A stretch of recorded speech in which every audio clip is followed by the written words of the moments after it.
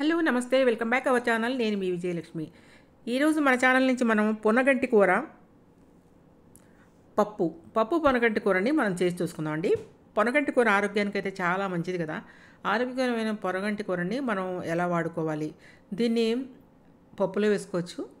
ఇంకా మీరు పప్పులో కంటే కూడా ఉట్టిది మామూలుగా వండుకొని వేయించుకొని తిన్నా కూడా చాలా బాగుంటుంది.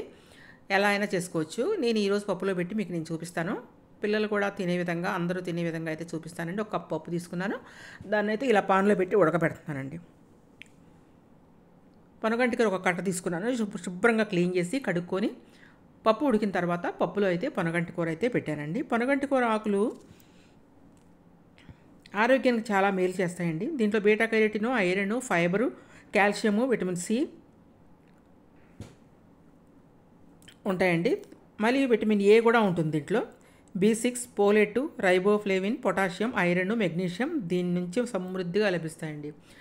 మనమైతే ఇప్పుడు పప్పు ఉడికింది కదా, పప్పు ఉడికినప్పుడు ఉడికిన తర్వాత ఈ ఆకుని పెట్టుకున్నాము. ఆకుని పెట్టుకుని కొంచెం పసుపు వేసుకొని కొంచెం చింతపండు అయితే వేసుకోండి, టేస్ట్గా ఉంటుంది. చింతపండు వేసుకున్న తర్వాత ఒక టమాటా కూడా వేసుకోండి. అలాగే ఒక ఉల్లిపాయ కూడా కోసేసుకోండి. మీరు తాలింపులో వేసినా అయిపోయినా ఉల్లిపాయ మాత్రం కోసేసి ఒక 2 పచ్చిమిరకాయలు కూడా ఈ విధంగా వేసుకోండి. మొత్తం ఇలా వేసుకొని మీరు చక్కగా మూత పెట్టేసి ఉడకనివ్వండి. కారం కూడా వేసుకోండి. ఈ సమయంలో ఒక స్పూన్ కారం వేసుకోండి.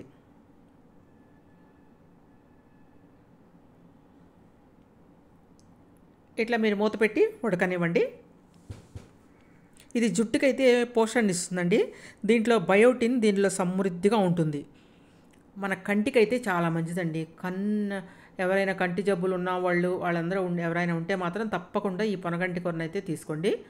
ఇలా ఉడికిన తర్వాత కొంచెం సాల్ట్ వేసుకోండి. ఒక స్పూన్ సాల్ట్ వేసుకొని దీన్ని మరీ మెత్తగా చేయకుండా కొంచెం ఆకులు కనపడే విధంగా ఇలా మ్యాష్ చేసుకోండి.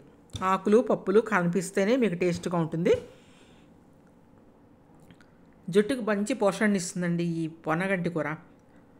భారతీయ వైద్య గురువులు చెప్పిన దాని ప్రకారం పొనగంటి కూర ఆకులు 48 రోజులు తింటే కీలకమైన ఖనిజాలు, పోషకాలు, అధిక కంటెంట్లు మన బాడీకి అందుతాయండి.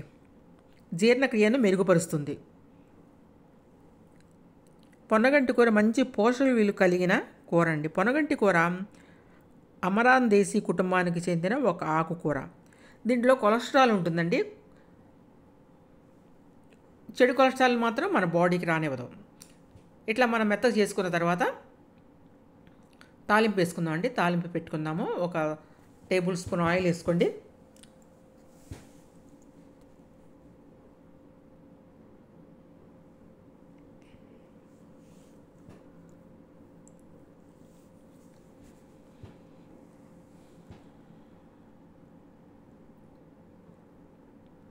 ఈ విధంగా ఆయిల్ వేడెక్కిన తర్వాత ఒక ఎండుమిరపకాయ వేసుకోండి. 2 ఎండుమిరపకాయలు వేసుకొని తాలింపు గింజలు వేసుకోండి.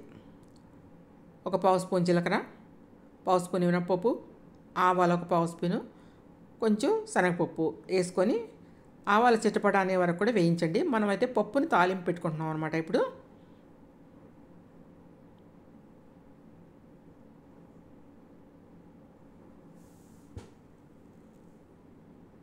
కంటికి మాత్రం చాలా మంచిదండి. ఇది తప్పకుండా అయితే మీరు ఆకుకూరల్లో ఒక భాగంగా మీరు వారానికి 2 సార్లు అయితే ఈ పొనగంటి కూరను తీసుకోండి. అన్ని ఆకుకూరల్లో కంటే కూడా ఈ పొనగంటి కూర మన బాడీకి సమృద్ధికరమైన ఖనిజాలు అందిస్తుందండి. ఇదిగోండి ఈ విధంగా వెల్లుల్లిపాయలు కూడా వేసుకోండి. ఆవాలు చిటపట అన్న తర్వాత వెల్లుల్లిపాయలు, కరివేపాకు కూడా వేసుకొని వేయించుకొని ఈ తాలింపుని తీసుకెళ్ళి మనం రుబ్బు పెట్టుకున్న పప్పులో అయితే వేసుకుందాం.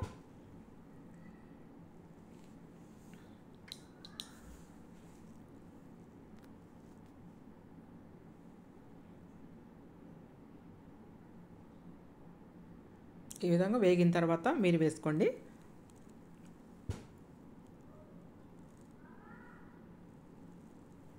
దీంట్లో విటమిన్ ఏ ఎక్కువ ఉండటం వల్ల మన కంటికి అయితే చాలా మంచిదన్నమాట. విటమిన్ B6 కూడా ఉంటుందండి దీంట్లో.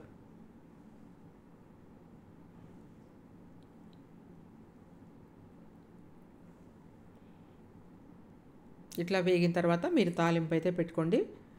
మీకు ఈజీగా పప్పులో పెట్టుకోవచ్చు, లేకపోతే మామూలుగా కూడా ఫ్రై చేసుకోవచ్చు అండి. దీన్ని ఎలా అయినా చేసుకొని తీసుకోవచ్చు. ఎప్పుడు మనం ఫ్రై తినలేం కాబట్టి ఒక్కొక్కసారి ఈ విధంగా కూడా మీరు చేసుకోండి. మీకు నచ్చినట్లయితే మీరు పొనగంటి కూరని ఈ విధంగా వారానికి 2 సార్లు ఉపయోగించి ఈ విధంగా పప్పులో వేసుకొని మీరు కూడా చేసుకోండి. అందరూ ఆరోగ్యంగా ఉండండి. మీ కంటి చూపుని కాపాడుకోండి. తాలింపు అయితే వేసేసామండి మనం. ఇంక అంతేనండి. మీకు నచ్చినట్లయితే మీరు కూడా ఈ విధంగా చేసుకోండి. పొనగంటి కూరను తినడం మాత్రం మర్చిపోవద్దు.